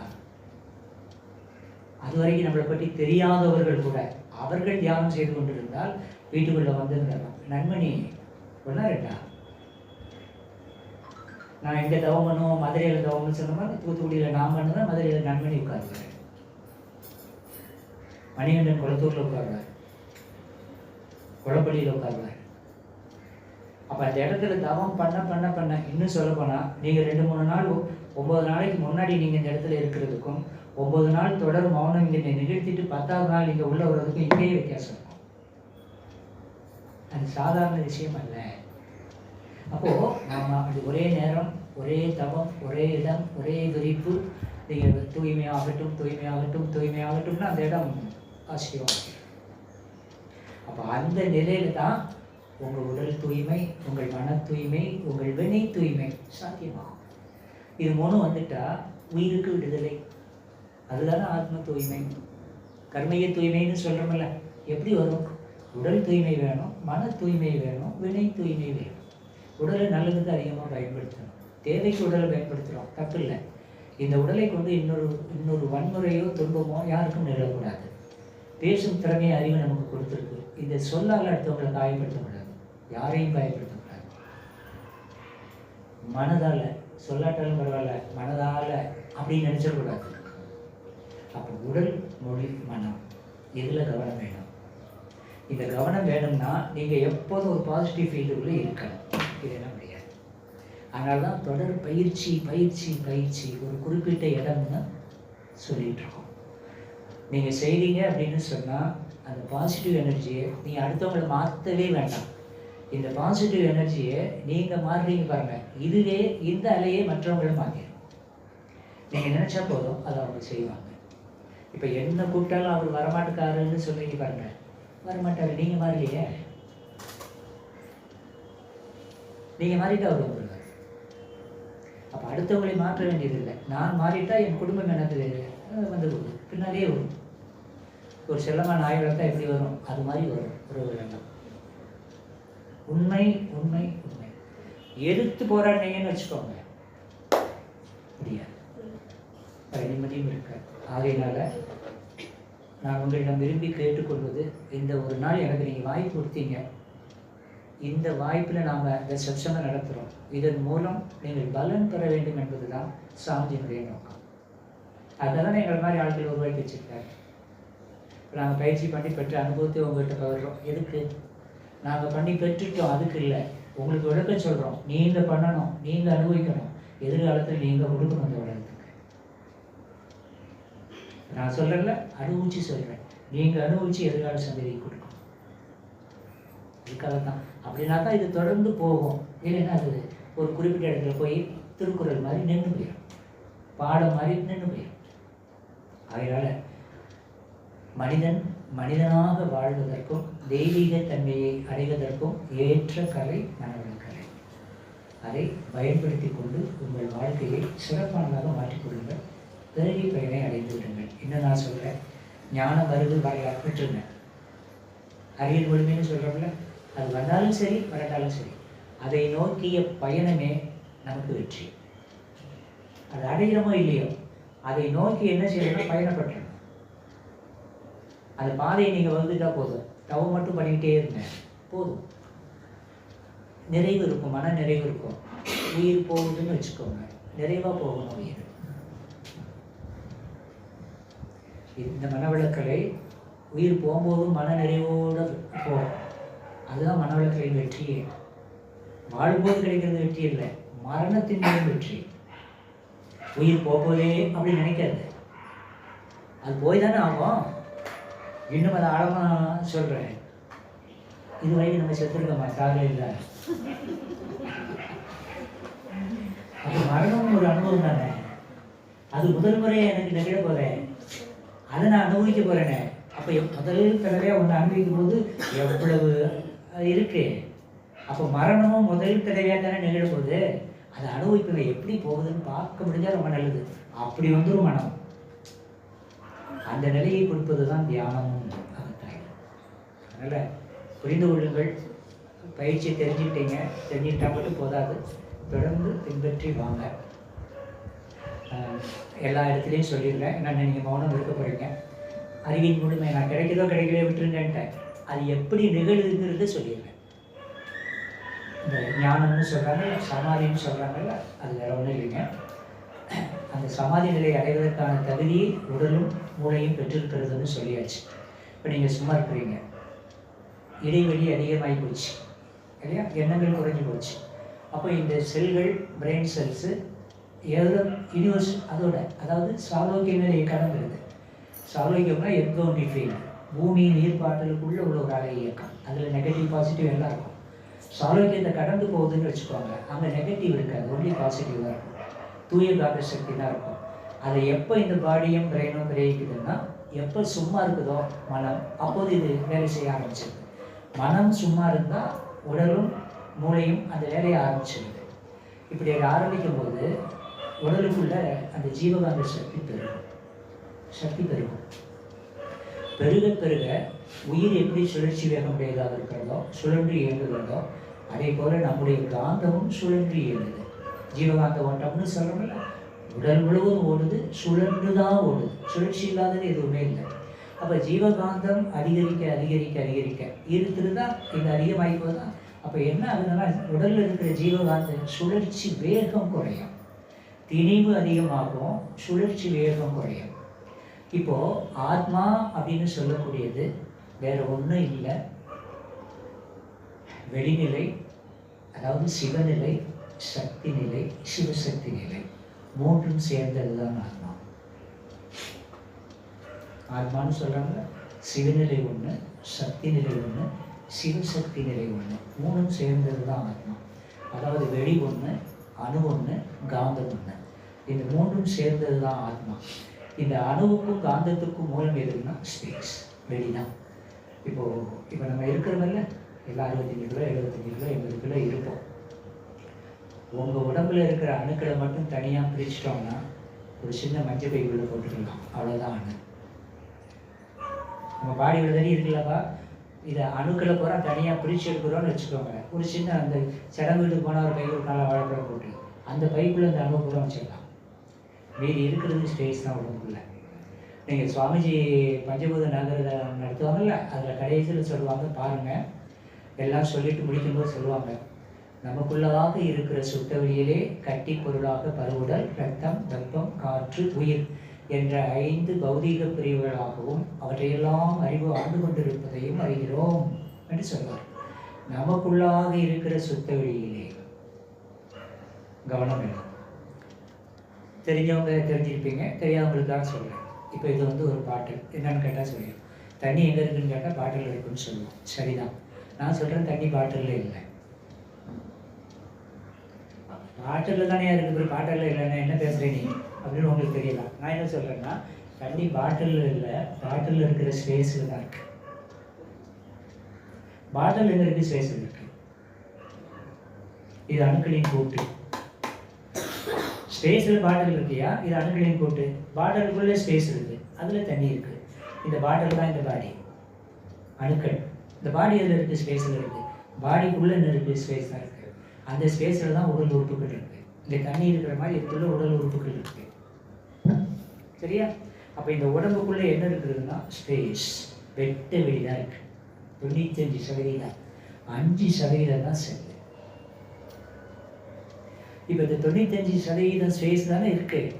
காந்தம் அதிகமாக அதிகமாக, திணிவு அதிகமாக அதிகமாக, சுழற்சி மெதுவாக மெதுவாக, ஸ்பேஸ் தானே உள்ளே இருக்குது. அந்த கிராவிடேஷனல் ஃபோர்ஸ்ன்னு சொல்கிறாங்க, ஈர்ப்பு ஆற்றல், இருக்கும் ஆற்றல். இருக்கும் ஆற்றலால் தானே அணுவே கிளம்புது. அந்த சுத்தவெளி, உடம்புக்குள்ளாக இருக்கிற சுத்தவெளி பாருங்கள், அதனுடைய ஈர்க்கும் திறன், ஈர்ப்பு ஆற்றல் இருக்கு என்ன ஆயிடும்னா அதிகரிச்சிடும். காந்தம் திணிவு பெற பெற, சுழற்சி வேகம் குறைய குறைய, ஆத்மா என்ற வெளிநிலையின் ஈர்ப்பு அதிகரித்து விடும். அது அறிவோடு கூடிய ஆத்மா, அது ஈர்த்துரும். எதை ஈர்க்குது அந்த ஈர்ப்பு ஆற்றல்?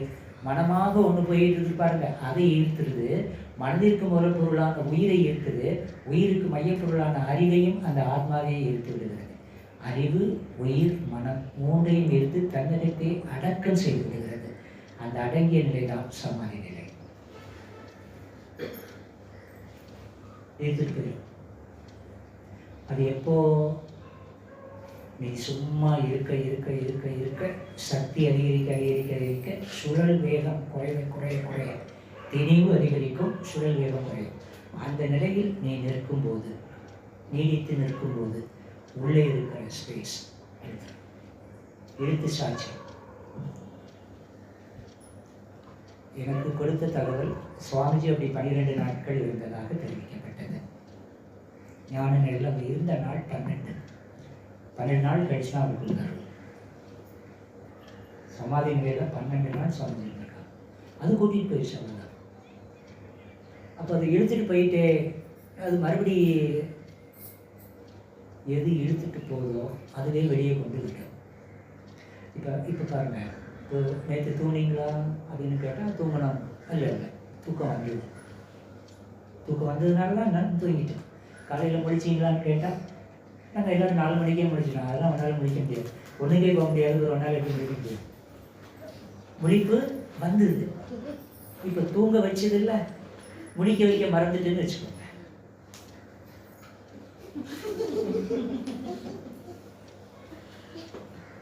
ஒரு வேலையை மட்டும் செய்து இன்னொரு வேலையை செய்ய மறந்துட்டு ஃபினிஷ், ஆட்டமாட்டம் க்ளோஸ்.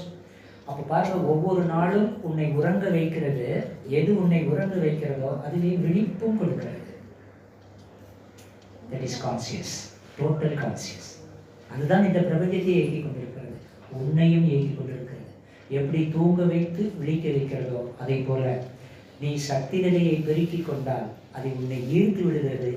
எது சமாதிக்கு கூட்டி சென்றதோ, தூக்கத்திற்கு இட்டு செல்கிறது, விழிப்பை கொடுப்பதை போல சமாதிக்கு கூட்டி சென்றது மீண்டும் உணர்வை கொடுக்கிறது. அந்த உணர்வை பெறும்போது தான் அதை டெல்டா வேவ்னு சொல்கிறோம். Mental frequency 1 to 3 frequency delta wave. அந்த அறிவு நிலை, அந்த அறிவும் மனமும் ஒன்றுபட்ட நிலை. அந்த மனம் எதை சிந்திக்கிறதோ முழு விவரமும் அந்த மனதில் வெளிப்படும். அவங்களுக்கு தெரியாத ரகசியம் கிடையாது. இன்னும் இயற்கையின் ஒரு அங்கமாக இல்லை, தானே இயற்கையாக மாறிவிடுகிற நிலை. அந்த மனிதன் அவன் தனித்து இல்லை, மனிதன் அவன் இயற்கை மனிதனாக மாறி போகிறான்.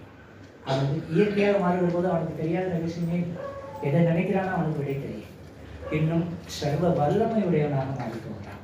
அந்த ஆத்மா காலத்துக்கும் நிற்கும். ஒன்று சொல்லி முடிக்கிறேன். இப்போ நாம் இறந்து போகிறோம்னு வச்சுக்கோங்க, உங்களை சொன்னால் வருத்தம் வரும், என் உயிர் பிரியுதுன்னு வச்சுக்கோங்க. இப்போ என் ஆத்மா இருக்கு, தவம் செய்து ஓரளவு பக்குவப்பட்டிருந்தா சாலக்கிய நிலையில் கிடைக்குது. இல்லை உலக இன்பங்களில் ஆசையோடையே அந்த ஆத்மா பிரியுதுன்னு வச்சுக்கோங்க, அது இன்னொரு உடலை போயிடுச்சு. இது அழுக்கு நிறைந்ததாக இருந்தால் தன் தேவைகளை இன்னொரு உடலோடு இணைந்து பூர்த்தி செய்து கொண்டே இருக்கிறது, அவ்வளோதான். ஆனால் சமாதி நிலையை எட்டிய ஆத்மாவோ பிரிந்து உடலிலிருந்து பிரிஞ்சிட்டுன்னு வச்சுக்கோங்க, அது பிரபஞ்ச ஆற்றலாக காலத்தால் அழிக்க முடியாததாக இருக்கிறது. அதில் இருக்கும் நுட்பம் என்னன்னா, யாரெல்லாம் எந்த உடலில் இருந்து கொண்டு அதை விரும்புகிறார்களோ அத்தனை உடலுக்கும் அது ஆற்றலை கொடுக்கும். நம்மளை மாதிரி ஆத்மா ஒரு உடம்புக்குள்ள தான் போகும். வேதாத்திரி மகரிஷினுடைய ஆன்மாவோ வள்ளலாருடைய ஆன்மாவோ ஒரு உடலுக்குள்ள போகாது, அது பறந்துபட்டு நிற்கும். யாரெல்லாம் அதில் இணைப்பு பெற்று பெற முடியுமோ அவர்களெல்லாம் பெற்றுக்கொள்ளலாம். அதனால்தான் ஆத்மா அழிவதில்லை. இப்போ அவங்களால மட்டும்தான் அது முடியுமா? இல்லை, உங்களாலும் அது முடியும், சாத்தியம். அதை நோக்கிய பயணம்தான் நீங்கள் இங்கே கற்றுக்கொள்ளுகிற பயிற்சிகள் அனைத்தும். சரியா? நம்ம இங்கே வரும்போது எப்படி வந்தோம், போகும்போது எப்படி போகணுங்கிறது தெரிஞ்சுக்கோங்க, எப்படி நடக்கணுங்கிறது தெரிஞ்சுக்கோங்க. முடிந்தவரை முயற்சி பண்ணுங்க.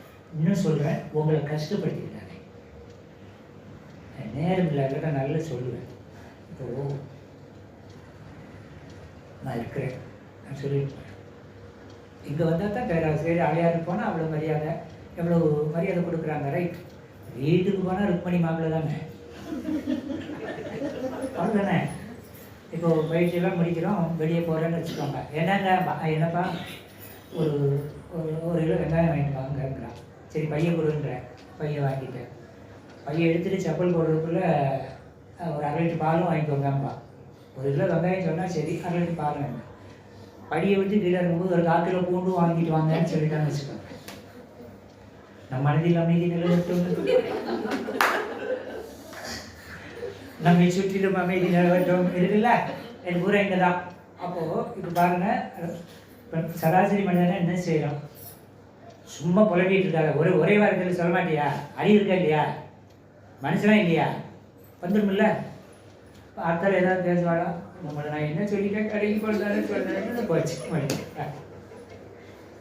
இப்போ நான் அமைதியில் இருக்கேன், என்ன செருப்பை கழட்டி போட்டு கையில் எடுத்துட்டு இல்லை, அடித்து போட்டுட்டு உள்ளே வந்து, எப்போ நான் ஃபோனும் எடுத்துகிட்டு போகிறேன், கடைக்கு போன பிறகு ஏதாவது ஞாபகம் வந்தால் சொல்லு, நான் வாங்கிட்டு வரேன். எத்தனை பேர் இதுக்கு தயாராக இருக்கிய? அப்படி இருந்தால் நீங்கள் அமைதியில் இருக்கீங்கன்னு அர்த்தம். இப்போ பெண்கள் அதிகமாக இருக்கிறதுனால சொல்கிறேன், எனக்கு பேசுறது இல்லை அமைதி, இது டாவ் டுப். அது வீட்டுக்கு போனால் தான் சக்கரமையாக மாறுறது தெரியும். இப்போ பாருங்க, இப்போ நீங்கள் பெரும்பாலும் பெண்கள் இருக்கிறனால சமைக்கிற வேலை நீங்கள் தான் பார்ப்பீங்கன்னு நினைக்கிறேன். நீங்கள் சமைக்கிறீங்க, ஏன்னா தினசரி பொங்குறீங்கன்னு வச்சுக்கோங்க. இந்த மனசில் ஒரு நாள் இல்லைனாலும் உங்களுக்கு பொங்கி போட்டே என் காலம் போயிருமோன்னு ஒரு எண்ணம் வருது இல்லையா? ஒரு எரிச்சலில் நீங்கள் சமைக்கிறீங்கன்னு வச்சுக்கோங்க, என்ன பயன் இருக்கு? என்ன எரிச்சல் பட்டாலும் நீங்கள் தான் சோறு பொங்க வேண்டியிருக்குன்னா அதை சந்தோஷமாக செஞ்சிருங்க, எரிச்சல் பட்டு செய்யாத. என் பொண்டாட்டியை திட்டிட்டு நான் தான் வெங்காயம் வாங்க வேண்டியிருக்குன்னா திட்டாமல் வாங்கிட வேண்டியதானே? இந்த அறிவு நமக்கு வேண்டாமா? இங்கே வெளியே வந்து பிரமையானி பேராசிரியர்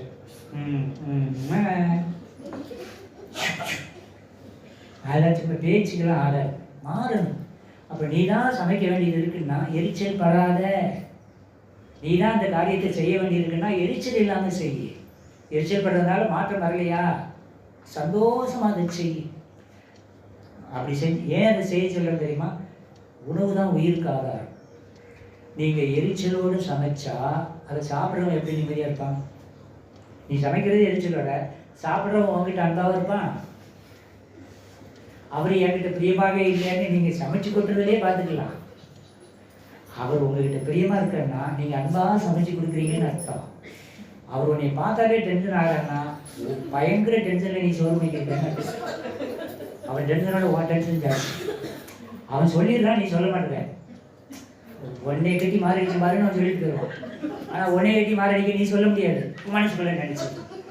நம்ம மனதில் அமைதி நிலவட்டும்.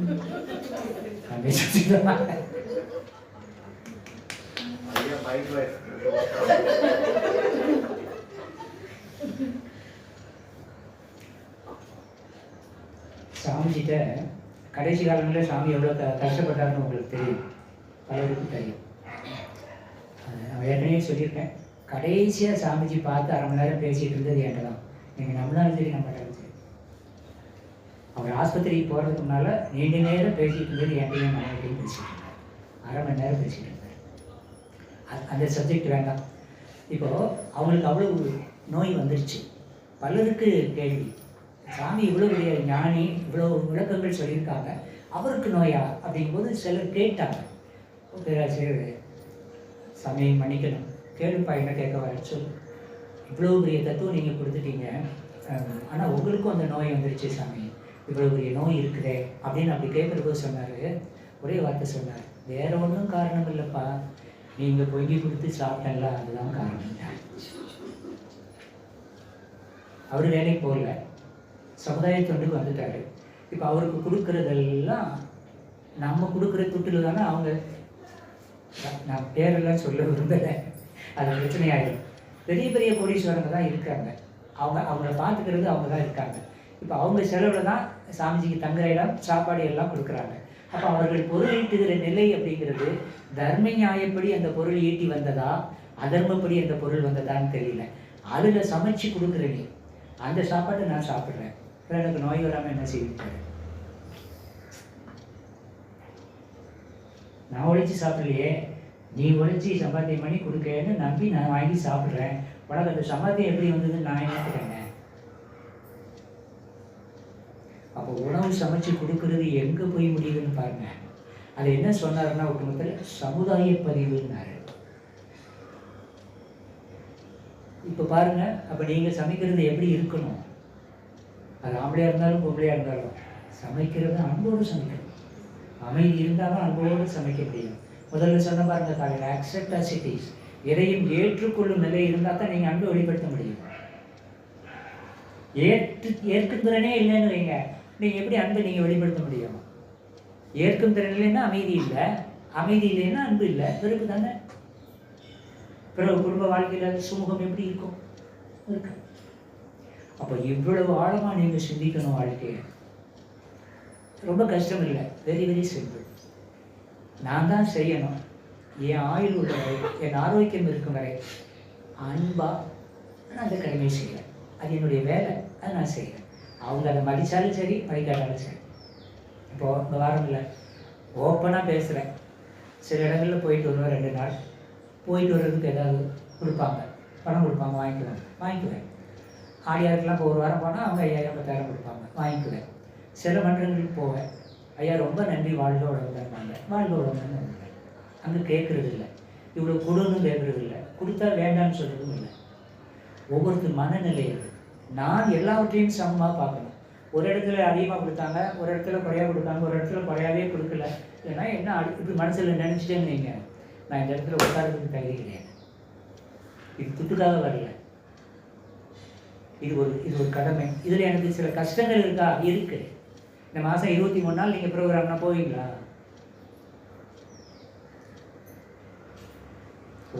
ஏன்னா முந்தா நாள் ராமநாதபுரம் எங்கே இருக்குது, கன்னியாகுமரி எங்கே இருக்குது, சென்னை எங்கே இருக்குது, நான் சனி ஞாயிறு ஆடியாரு. அதில் ஒரு ஆர்வம் இருக்குது. நம்ம இருக்கிற வரைக்கும் என்ன சாமிக்கு சத்தியம் பண்ணி கொடுத்துருக்கோம், முடிஞ்ச வரை ஆரோக்கியம் இருக்கிற வரைக்கும் சொல்லிக்கிட்டே இருப்பேன், சொல்லணும். அதை மாதிரி நீங்கள் உங்கள் குடும்பத்துக்கு ஒரு கர்மயோகியாக மாறி அடுத்தால நினைக்காதீங்க. எல்லாம் மனுஷன்தான். நீ அன்பாக இருக்க இருக்க இருக்க உன் மையம் மாற மாற மாற உன் அலையக்கமே அவர்களை மாற்றி அமைத்து விடும். காலமும் பொறுமையும் தீர்க்காத பிரச்சனைகள் இல்லை. எவ்வளவோ பிரச்சனை இருக்குன்னு பார்க்குறீங்க பாருங்க. காலத்தால் தீராத பிரச்சனை இல்லை, பொறுமையால் தீர்க்க முடியாத பிரச்சனைகளும் இல்லை. இந்த அளவுக்கு தெரிஞ்சாதான் நீங்கள் அமைதியை தக்க வைத்துக் கொள்ள முடியும். அப்படி இல்லை அப்படின்னா கொஞ்ச நேரம் இருக்கும், அடுத்த பிறகு பிறகு கொஞ்ச நேரம் வந்து உட்காந்து அமைதி, பிறகு கொஞ்ச நேரம் ஆட்டம். அப்போ அது இல்லாமல் இருந்து தொடர்ந்து அமைதியாக இருந்து அன்பாக இருந்து மகிழ்ச்சியாக, நான் போகிற இடத்துல சொல்கிறேன், இங்கேயும் சொல்கிறேன், வாழ்க்கை என்பது வாழ்வதற்காக மட்டுமல்ல, வாழ்க்கை என்பது கொண்டாடுவதற்காக. என்ஜாய் பண்ண லைஃப்பை, போராட்டமாக மாற்றாத. சின்ன சின்ன குறைகள் எல்லாத்தையும் இருக்கும், விட்டு நிறைகளை மட்டும் பாரு.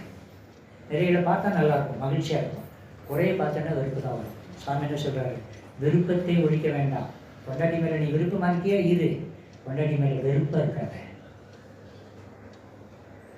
வெறுப்பை ஒழித்தால் போதும், விருப்பத்தை ஒழிக்க வேண்டாம். அப்போ ஒரு மனவள கலைஞனா நீங்கள் எப்படி இருக்கணும்னா, யார் நமக்கு என்ன செஞ்சாலும் நாம் ஆற்ற வேண்டிய கடமையை அன்போடு செய்கிறோம். எவர் மீதும் எனக்கு வெறுப்புணர்ச்சி இல்லை. எனக்கு நல்லது செஞ்சாலும் சரி, எனக்கு ஒரு கெடுதல் செஞ்சாலும் சரி, கெடுதலாக ஒதுங்கிக்கிறேன், அவ்வளோதான். வெறுப்புணர்ச்சி பழிக்கு பழி அப்படி போகிறது இல்லை. அப்படி இருந்தால் போதும். இதில் என்ன கஷ்டம் இருக்குது? அப்படி ஒரு வாழ்க்கை வாழ்ந்து பாருங்களேன். இப்படி ஒரு வாழ்க்கை வாழ்ந்துக்கிறதில்ல, அனுபவம் நமக்கு தெரியுது. சாமி சொன்னபடி ஒரு வாழ்க்கையை வாழ்ந்து பார்ப்பேங்க, எப்படி இருக்குன்னு அனுபவிக்கலாங்க. அதை அனுபவிக்கும் போது தான் ஓஹோ இவ்வளோ நாள் இது நமக்கு தெரியாமல் போச்சேன்னு நீங்கள் சொல்லுவீங்க. அதை ஃபாலோ பண்ணணும், சரியா? அப்போது இந்த மனவளக்கலை பயிற்சி என்பது தனிப்பட்ட முறையில் உங்கள் ஆத்ம சாந்திக்காகவும் குடும்பம் என்ற சூழ்நிலையில் மற்றவர்கள் மகிழ்ச்சிக்காகவும் இறைவனால் கொடுக்கப்பட்டது. அதை நீங்கள் சரியாக முறையாக பயன்படுத்தி வாழ்க்கையில் எல்லா நிலைகளிலும் வெற்றியும் சமாதானமும் உங்களுக்கு நிலவ இறைவர்களும் குருவர்களும் துணை செய்யட்டும் என்று சொல்லி வாழ்த்தி இந்த அமர்வை நாம் நிறைவு செய்கிறோம். வாழ்க வளமுடன். அப்படியே துரியத்துக்கு நினைவு கொண்டு வாங்க. ஒரு 5 நிமிடம் கேட்டேன்.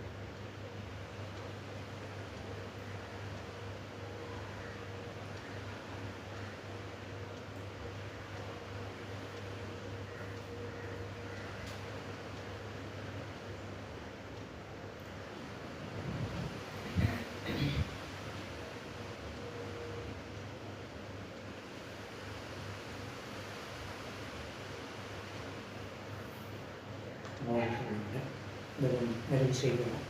தவ ஆற்றலை உடல் முழுவதும் சீராக பரவுகிறோம். உடலே உணர்வாகட்டும். உடலும் உள்ளமும் தூய்மையும் மேன்மையும் அடையட்டும். உச்சி முதல் பாதம் வரை முழு உடலையும் ஒரு சேர கவனித்து பாருங்கள்.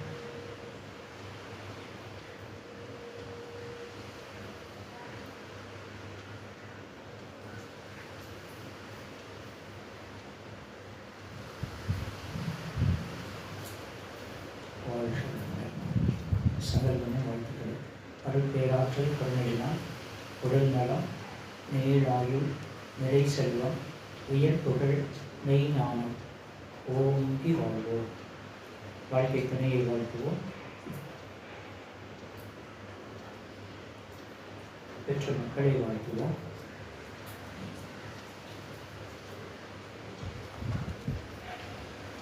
உடன் பிறந்தவர்களை வாழ்த்துவோம்.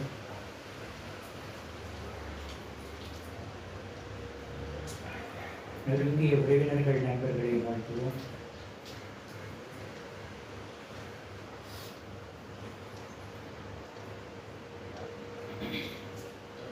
தொழில்துறையிலே தினசரி கடமைகளிலே நம்மோடு தொடர்புடையவர்களை வாழ்த்துவோம்.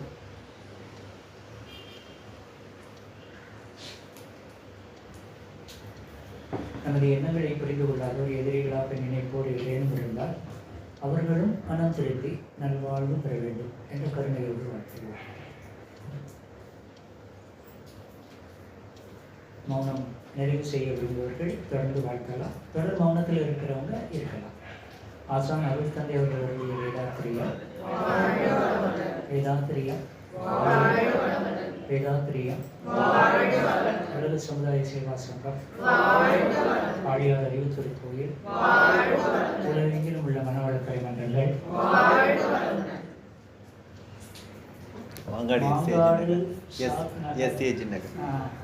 மாங்காடு எஸ்ஏஜி நகர் அறக்கட்டளை, அதனோடு இணைந்த தவமையங்கள், என்னுடைய பயிற்சியில் பங்கு பெறுகிற